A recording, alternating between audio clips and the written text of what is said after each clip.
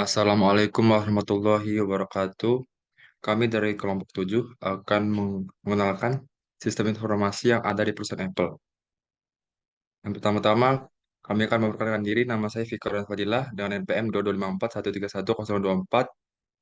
Dengan teman saya yaitu Adri Alamin dengan NPM 22411131115. Yang pertama di sini ya, saya akan menjelaskan latar belakang perusahaan.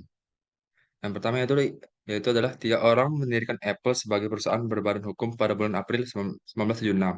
Mereka termasuk Steve Jobs, Steve Wozniak, dan Ronald Wayne. Perusahaan ini memulai dengan investasi finansial yang kecil sehingga menghambat kemampuannya untuk bersaing secara efektif dengan perusahaan lain yang sudah menjadi pemain pasar besar. Perusahaan ini berhasil mendirikan kantor pusat baru di California. Struktur perusahaan yang kedua yaitu adalah manajemen sistem informasi. Struktur perusahaan Apple yang terdiri dari kehadiran global dan kepemimpinan tingkat departemen menghadirkan situasi yang unik. Struktur tersebut memerlukan suatu jenis sistem informasi yang dapat memfasilitasi penyaluran komunikasi yang tepat melalui saluran yang tepat dan tepat waktu. Selain itu, hal ini penting untuk mendorong pengambilan keputusan yang konsisten dan interinformasi di berbagai tingkat. Yang selanjutnya itu jenis sistem informasi yang digunakan. Sistem informasi yang tepat dapat meningkatkan komunikasi yang baik. Perusahaan memiliki filosofi menjadi pemimpin pasar dalam hal-hal yang berkaitan dengan informasi. Dari Scott dan Yogesh 399. Perusahaan juga menerapkan filosofi yang sama dalam komunikasi dan transfer informasinya. Apple mengelola komunikasi internalnya dengan cara yang meningkatkan penggunanya. Izinkan saya untuk melanjutkan penjelasan dari teman saya sebelumnya untuk bab 3 yaitu jenis informasi yang di sistem informasi yang digunakan.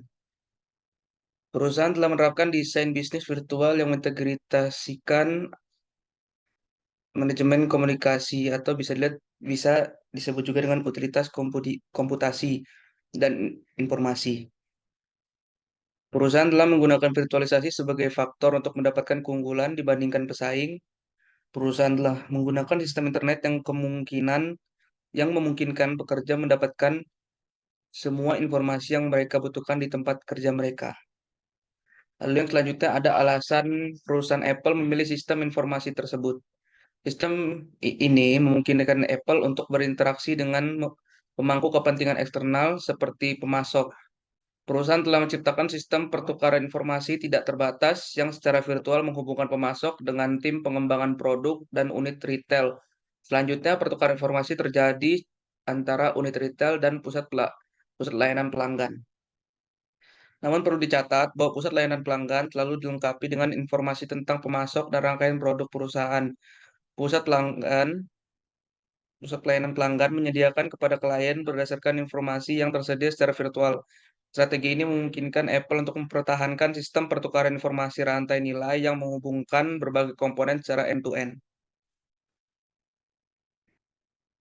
Penerapan sistem utilitas komputasi juga membantu Apple meminimalkan biaya, juga karena membatasi volume aset yang digunakan dalam pertukaran informasi. Perusahaan telah memastikan strategi manajemen informasi yang ramping dan efisien. Sekian dari yang kelompok kami bisa sampaikan. Apabila ada salah kata kami mohon maaf. Kepada Allah kami mohon ampun. Wabillahi taufiq wal hidayah. Wassalamualaikum warahmatullahi wabarakatuh.